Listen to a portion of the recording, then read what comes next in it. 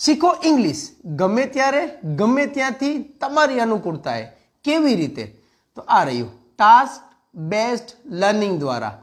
હવે ટાસ્ક 1 આપી દીધું છે, ટાસ્ક 2 પણ આપી દીધું છે, ટાસ્ક 3 તમારી સામે આ રહ્યું જેમાં છે કાર્ડ. હવે કાર્ડ માટે ગુજરાતી લીધું છે શરૂઆતમાં, જેનું વાક્ય છે હું હંમેશા પુસ્તક વાંચું છું, જેમાં હું ને કર્તા કહેવાય.